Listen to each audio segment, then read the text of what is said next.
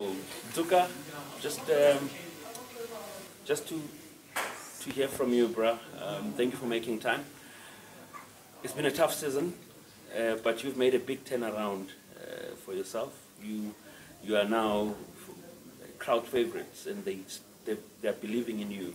How much of that has happened mentally to you, knowing very well that at some stage you were doubtful within the team, but now you've worked so hard that you are an automatic, anticipation or expectation within the team whenever the coach gets to select the team. Just take us through that transition where you now, I could say, are you probably settled now at Pirates? Yeah, honestly, the way I started, obviously, it was not good. Maybe I can put it like I was too settling. Yeah.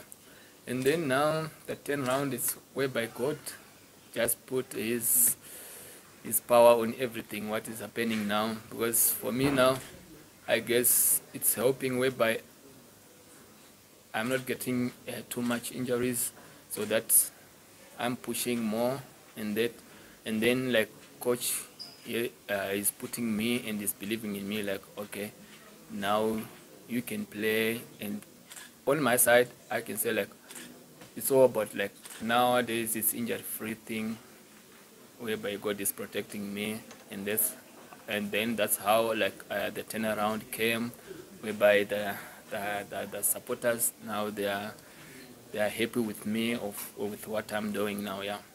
So I'm looking at you now, the way you've been playing, you've been scoring important goals for the team, and hence the coach keeps on playing you. But one of the teams that you're facing now would be Sekhukhune, who are actually your fellow finalists in the Nedbank Cup. They play a different type of football. They've got top players as well, just like you guys. How are your preparations looking into this match? And you're playing it lastly at home. I mean, it's your final home match. Yeah, to us, we are preparing this game very well, especially mentally, because we need to win it, because we know those guys they are very good. So mentally, physically, we have to be okay. We have to be on point. So what we are doing here, we are working hard to get 3 points, and then we take it from there. So with the 3 points coming, the way you're saying, pound for pound, you probably have got the same experience. I mean, playing against a team that you'll be playing in the final, again, is it looking at more of a dress rehearsal, or maybe more of a caution to say, even if we go into this one and lose or draw, we know that we still have to go to make it up in the final? Yeah, for us, we are taking one game at a time, So we are just taking this game as it is. Yeah, for pound to pound, I guess we are equal. Okay, we are equal. To my point, yeah, we are equal. And then for us, it's up to us. Okay, also it's up to us to take it, because we are playing at home. It's another advantage also. So I guess we have to rep it out on Saturday at home, and then to make the supporters to be happy on the last game at Orlando Stadium. Didn't you like 1.75 meters tall, not the tallest of strikers? Are you so dominant aerially, scoring a lot of headers this season? It's always been part of your game, or is it something you're working on? Yeah, as I can say like it's part of my game. Because since I started to play football, I've been scoring with my head too much than my feet. So I guess it's the talent I just got from the God, like to say like, okay, you can do it. Because sometimes I don't know how it happened. I would check after the game like how I did it. So I can instinctive. Yeah, and the braveness also sometimes. Yeah. When I spoke to you in August, and you said like you're not sure what's happening here, but you're gonna work really hard, and you're happy that there's a new coach because they know it's a new start and things like that. I spoke to a couple of people. They said you were banging goals in training every week, but not getting opportunities. Did it frustrate you, or you just sitting there? No, it it wasn't frustrating me, because what I believe, it's whereby the chance and the opportunity will come when the right time comes.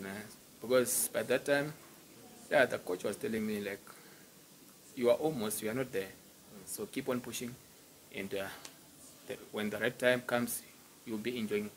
So I guess that's what is happening. So it was like a weekly conversation where he would come to you and say, you know, like. He was talking to me like mostly like daily, like, yeah, you are developing to the way I want. So just keep on pushing. So through I believe in him also, I kept on pushing until now. You consider yourself a false nine? Yeah, I can play any position. So even if he says, Terry, you have to play on this position, but do this, I can do what he wants. Yeah. Let's look at the second sport that gets you into the CAF Champions League. You're almost there. I mean, SuperSport has been pushing you guys, and you've been pushing them. It's been literally a two-horse race now up to so far.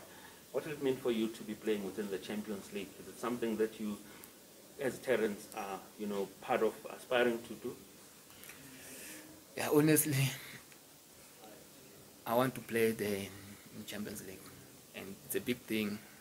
Same as to play AFCON, if a player. So for me,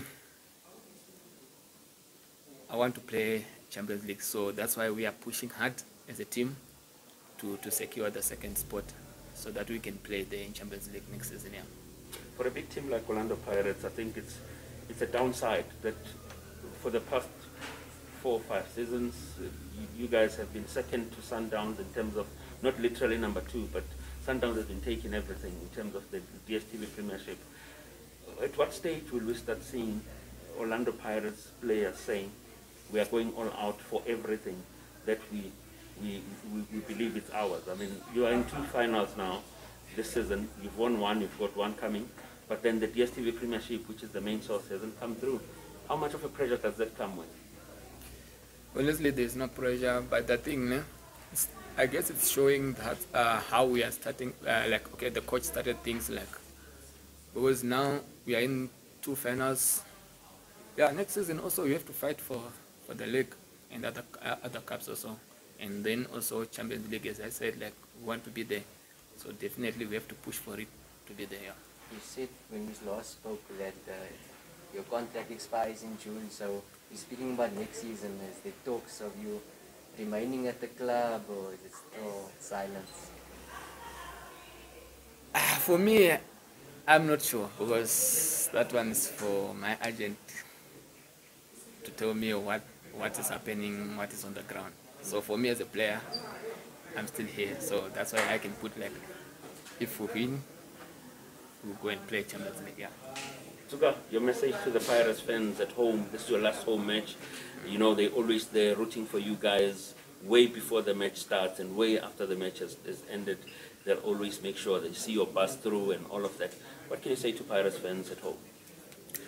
Yeah, all I can say, they must believe on us. They must push us hard also. They must support us. They must give us all energy we need, and then we have to give them the result they need also. So they must be behind us all the time, and we'll give them what they want. Yeah. Thank you.